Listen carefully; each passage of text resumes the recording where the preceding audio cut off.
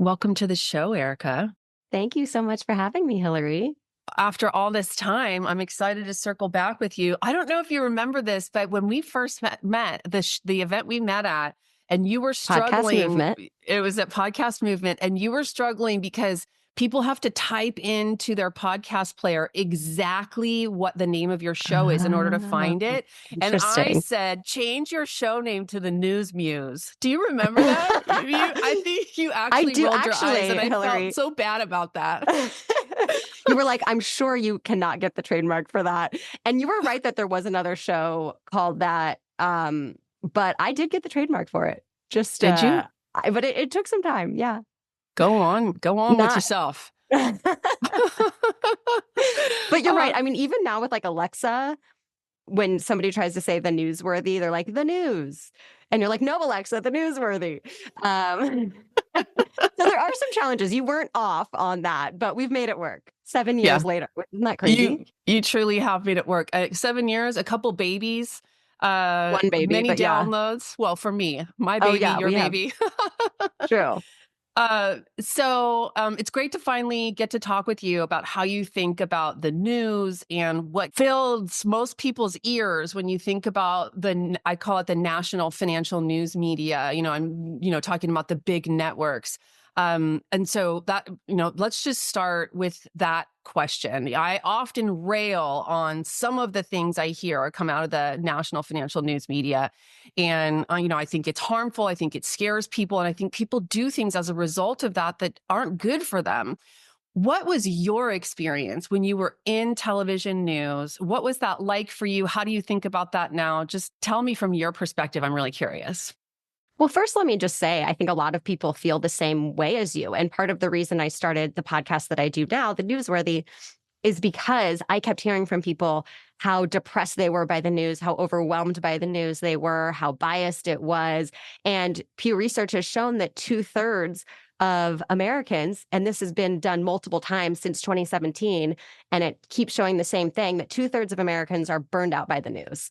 And so Huh. a lot of people feel that way. From my experience, look, I know a lot of people say the media. Just like in any profession, there's a wide variety of types of media. Even though a lot of people like to say the media and kind of lump it all together, there's a variety of companies, networks, individuals working there who are willing to do different things and have different goals. I think in general, pundits, people who give opinions, Mm. really are the ones that stand out to me as exaggerating things, wanting Extremist. to be the most extreme, loudest. And it's just like social media today, right? Like the people who are most opinionated and have the most extreme views tend to get the most likes and comments because people are arguing in the comments, and then the algorithm picks that up and sends it to more people. And so I do think that is concerning Yeah. because the wide variety of people in America are probably more on the middle ground. But it doesn't feel that way when we are constantly hearing from pundits and people with opinions, probably on financial news. Right.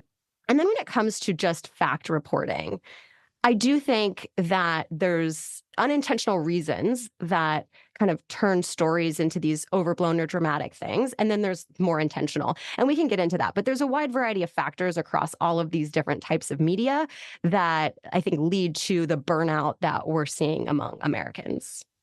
It's so interesting to hear you say 2/3 of America are burned out on the news. I mean, I sort of feel burned out on life when I occasionally mistakenly listen to some of it, right? Because the sky is always falling. How do you think about that as you frame your show now? What's the filter you put on, and how do you organize your thoughts around that? Well, let me first just say that when I got out of TV news, I realized the impact it had on me personally. So I first got out of it because I Mm, heard from other people, news, what I was saying before. And I wanted to provide a different option for them. But I also realized that it had a really severe impact on me, and frankly gave me anxiety because every day I was wow. going and reporting on the worst case scenarios. And so these things were happening. I was talking to the victims of real life scenarios. But the reality is a lot of that stuff is still rare.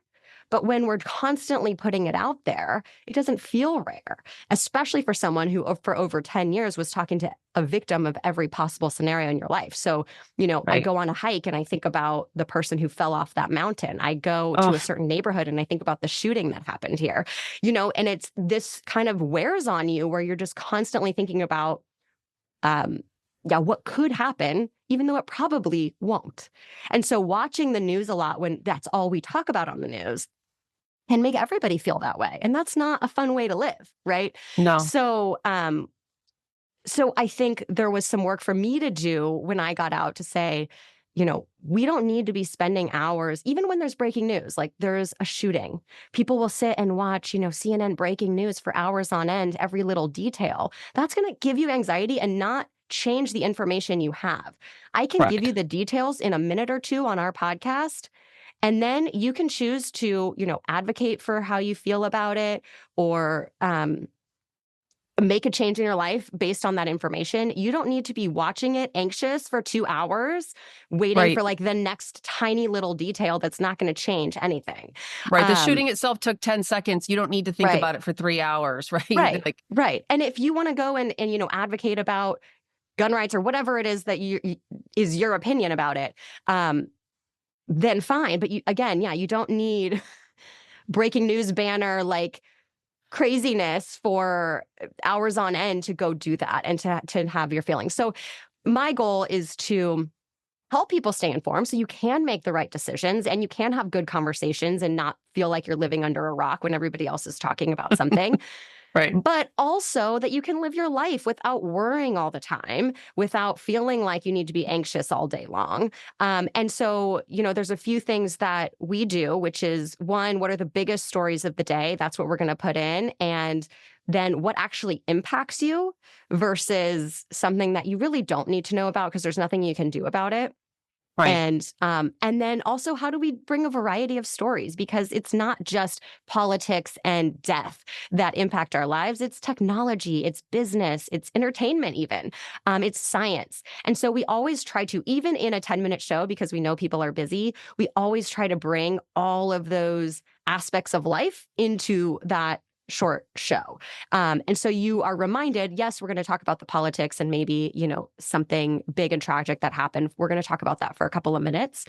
But we're also going to talk about the award show happening tonight, the technology company that's doing something big, the health breakthrough that happened. And hopefully that will give you a more well-rounded view of what's going on in the world. I think the thing that I sometimes think is because when and I'm specific about using this term because the umbrella term media encompasses so many people. So I always say the national financial news media. We could say CNN, Money. We could name the networks, right? But I think you know what I'm talking about, and how the sky is always falling when you tune in there. And yet in reality, if you look at life gets so much better over time. The stock market goes up more than the cost of living, right? Like we solve most of the problems we know about. We get better and better at investing in cheaper ways, which increase our personal returns to ourselves and our portfolios, right? And so I think it's contrary to what I know to be true as a human being, but people can still get hooked because they maybe don't know enough to know the context for this particular headline, et cetera, et cetera. Do the marching orders for those kinds of stories or headlines come from above in the news, or did you have autonomy when you were the one doing the story? What's that environment like? I mean, again, every place is going to be different, but I'll talk about my Yeah. experience. We would have a meeting at the start of my shift about all of the things that we could cover. And then together as a newsroom, we decide what is that going to be. So in some ways there was an order of like, here's what you're going to go work on. Okay. And I could bring ideas, and some days they were chosen and some days they weren't. And I was just given Mhm. whatever else is going on. But once I'm out in the field, I did have a lot of autonomy about that. There would be some discussions with my bosses, but I'm the reporter doing the interviews, the research, and there might be, well, what about this angle? Like, I really needed you to get this, or they really want you to talk to the victim of, stuff like that. Like they give Right. wildfires, like, can you get closer to the flames? And so there's that. But I think when it comes to the actual facts that I'm reporting, I'm the one talking to the expert. I'm the one writing the script for my story. Now, where things can change a little bit is, I send the story back. I'm going to be live out in the field, and the anchor and the producer back in the studio are going to tease my story. They decide to write a different lead line for it. And Hmm. maybe they intentionally or not intentionally, don't fully understand it the way that I do. And so they change something to sound more interesting, and it's not accurate. Like, I have had those experiences, not every day by any means, but where Sure. I'm live, out in the field, I've got my earpiece in, listening to the anchor toss the story to me, and I hear something that I'm like, that wasn't right. Like, why did you change my line? Because that is not accurate, or that's not the point of the story. And it's like that first line you hear, or the tease to the story that grabs your attention, that is often what sticks with people, not necessarily all the facts that come later in the story. Hmm. Um, so I think that's where sometimes things can get a little messed up or overblown. And then there are instances where I'm sent to do a story where I'm like, this is stupid. And why am I here? And I have to make it work without feeling like an idiot. And actually, one of those things in Los Angeles specifically, and this again was not every day. This is another thing where it's like, this is an example where I'm going to tell you this story. And Hillary, you could go and tease this, like how Erica says stories are overblown in the news. And then the reality is this is a fraction of my experience instead of the whole thing. Right. So that's like an example of how things easily get overblown. I give you something real, and then you make it seem like that's all there is to the story.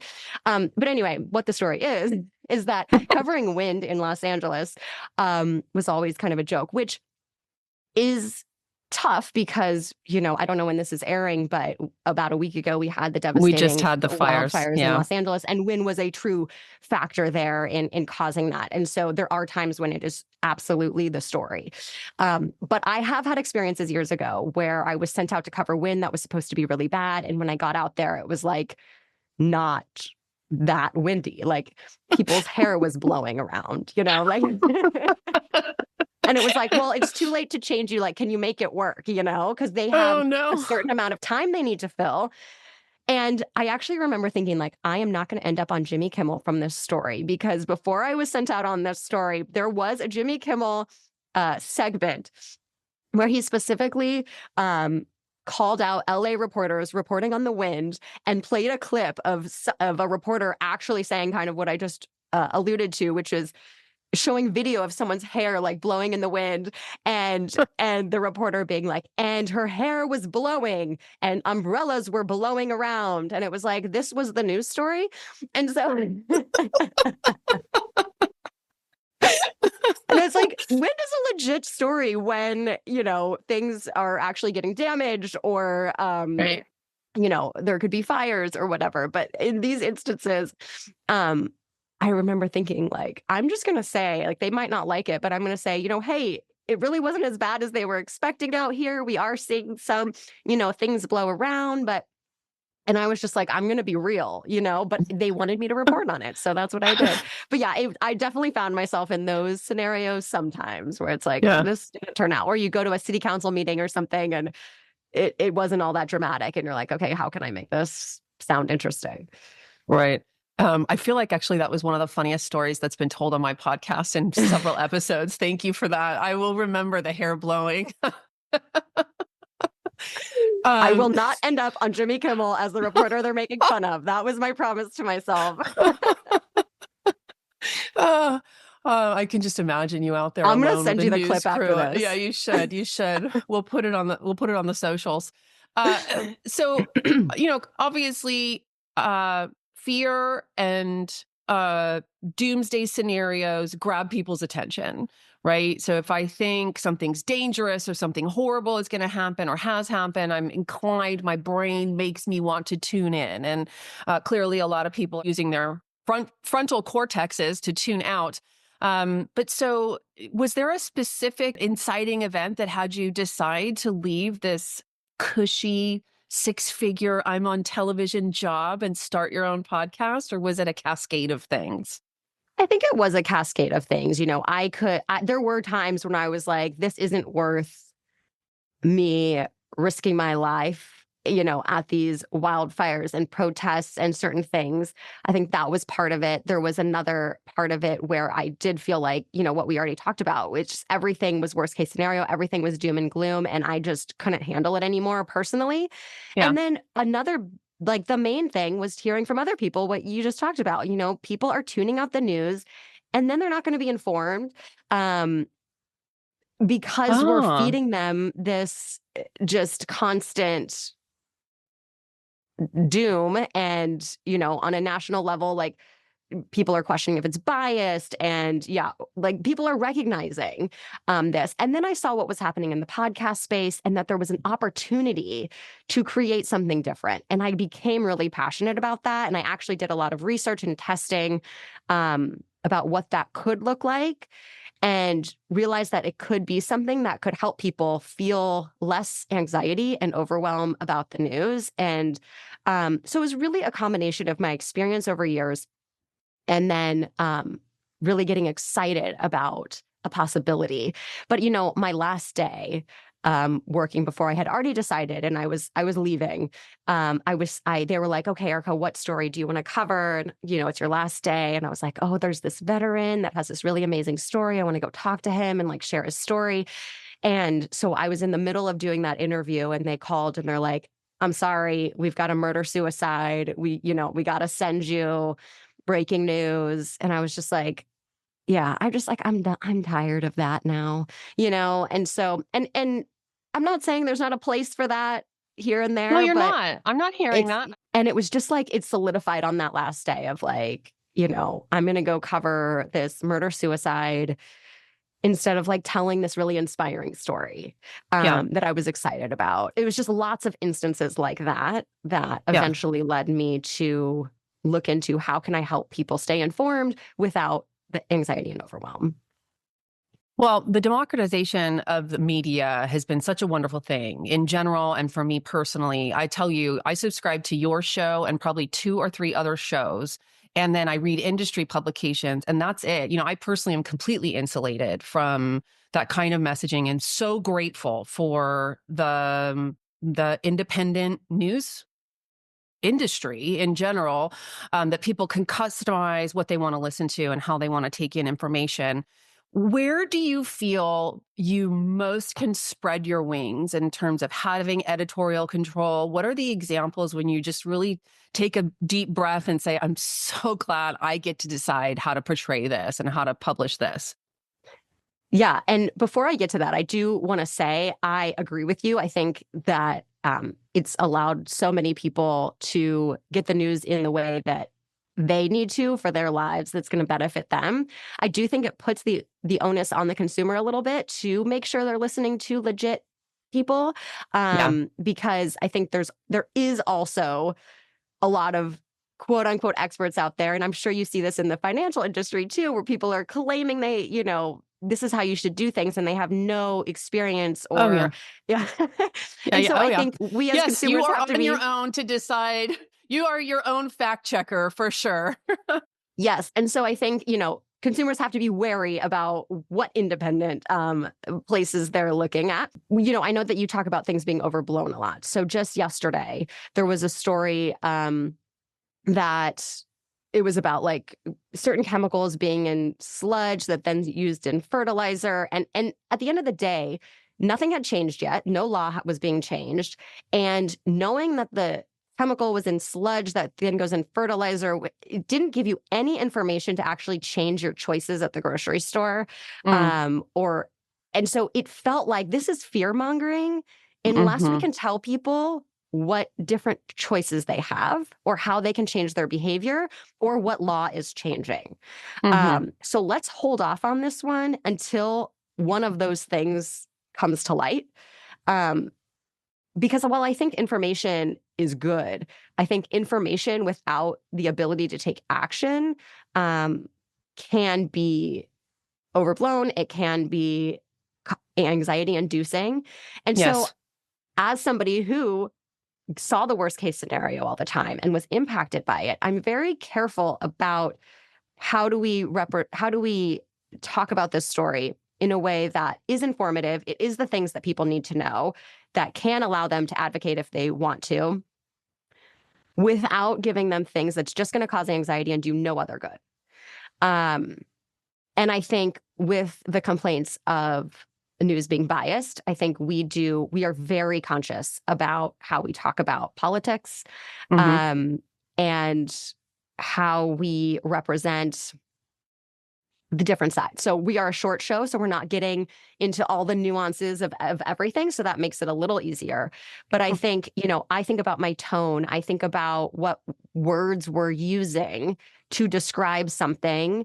If we say somebody denied something, does that kind of imply that they're lying? Or are we Uh-huh. saying what they're saying instead? We're just kind of always trying to analyze those things as to the best of our ability, to be factual and give you as much of the story as we think you need to know, without putting in opinion. And so that's where we really focus. And again, I think kind of adding in that variety, that it's not just doom and gloom. That's so important to me. Like, how can we make sure people know other things are going on, and can both be part of the conversation already happening across the nation, as well as have new interesting things to add to the conversation. Hmm. Hmm. I subscribe to a little Facebook channel that's like wonderful, miraculous, soft puppy things that happened last week, and I always love it when I see their posts. It's like something amazing happened with a puppy in Kansas. And it's like, it's just a few seconds of my day, but it puts a Yeah. smile on my face. And then kind of the other side of the hand of this whole messaging thing that we've been discussing is, and as a person who wants to be and has been fair and balanced and factual in what I talk about when it comes to money, finance, the economy, I sometimes feel like I'm giving up the hooks. Right. I sometimes wish I could write the dramatic headline because I'd love to have the clicks. I'd love to have people tune in. Right. Do you ever feel like that? Do you ever feel like, 100%. Yeah. yeah. It's the same thing we talked about on social media. Same thing with podcasts, same thing with anywhere. If you're not the most extreme opinionated thing, you are kind of giving up the views and the clicks and the likes, and the arguments, that are going to make the The algorithm. controversy. Yeah, the controversy, exactly. So yeah, that is the sacrifice. But I know that both of us believe enough in the alternative that we're willing to sacrifice some of that to provide the people who do want that kind of middle of the road thing, a place to go. Yeah. So here's a question I've had for years as I've been listening to your show. It shows up in my podcast player at like 2 o'clock in the morning. How Yeah. long does it take you? And how many people are working to produce your 10-minute show? How long does it take to produce a daily show? I mean, we spend a full day. I mean, I have an executive producer who's spending 8 to 10 hours, researching everything across the internet for that day, fact checking certain things. I have a full-time executive producer, a part-time producer who then is also part-time on my Saturday interview segment.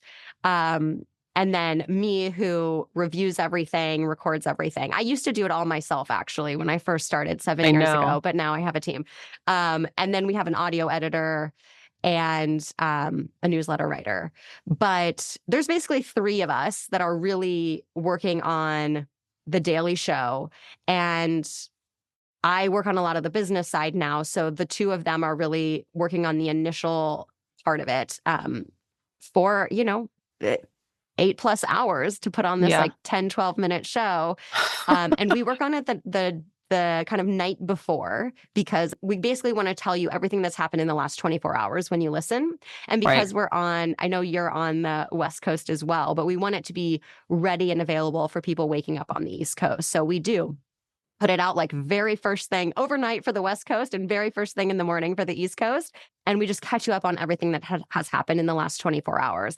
But it takes a lot of work because we've looked at so much more than we actually report to decide what needs to go in there. Oh, And then yeah. with the things that do land in the show, we're looking at multiple sources to try to bring you that balanced view, and make sure that there's not kind of a nuance that we're missing that's important to add. So we're looking at multiple articles, the 10 to 12 stories that go in there, and then we've looked at multiple stories to decide what 10 to 12 stories should land in there. So that's what kind of takes all the time. And then we're all taking a look at it to say, is this the right way to word it? Are we being the most Wow. conversational? Are we being concise about it? It's sometimes harder to make something shorter than Yes. to just say it all, and do it in a way that is interesting but not alarmist. And so we really try to every day think about all of those things, and that it takes time. Yeah, I bet. And you always have personal stories about your sponsors. You're using all these products. And I'm going to myself, how does she have the time? I don't even know. Yes, I always feel for you when I see the shows show up. I think she must be working the midnight oil. She must be editing this show at 10, 11 p.m. It seems like I have Oh yeah, so no, much I'm really. respect for that kind of work. Thank you. Thank you. Yeah, no, we do a lot of the work late because we publish by 1 a.m. Pacific time and 4 a.m. Eastern time. Good. Great. Well, I can tell you, and for those of you listening to the show, I love her podcast. I highly encourage you, if you haven't found your own customized independent news sources, check out the Newsworthy. Her voice is pleasant to listen to. She comes through on her tagline, which is fast, fair, and fun. That's how I know you really listen. You've got it I down. do. You ready? Let's do this. See? Yes. Thanks for being on Love Your Money. I do have a signature question for you. Erica, if your money were expressing gratitude to you or writing you a love note, what would it be thanking you or acknowledging you for? Thank you for caring about me, but not caring about me so much that you weren't willing to take risks. Mm, love it. I love it. And risks that led to, in your case, an amazing opportunity. Yeah. And Yeah. I debate whether to get into this, but I say that with an acknowledgement of privilege that I do think I didn't have kids at the time. I had a family that if really things went bad, I could go stay with them, right? And so I realized that not everybody has that, and that taking a risk is a very individualized thing and comes with certain privileges for some people and doesn't for others. But I think at the end of the day, when I think about, I knew enough about money to care about it, to pay off my credit cards. But I didn't care so much about making so much of it that I wasn't willing to start over if I had to. Oh, well, I mean, I do feel like this is the way of the world now, right? We're pursuing fulfilling work. And it really is just like such an incredible turn of events given, where our mindsets were in college, which it was like, which management consulting company can I go work for? So I appreciate your life choices. Here's to following your passion. And thanks again for being on the show. Thank you so much. This was a fun conversation.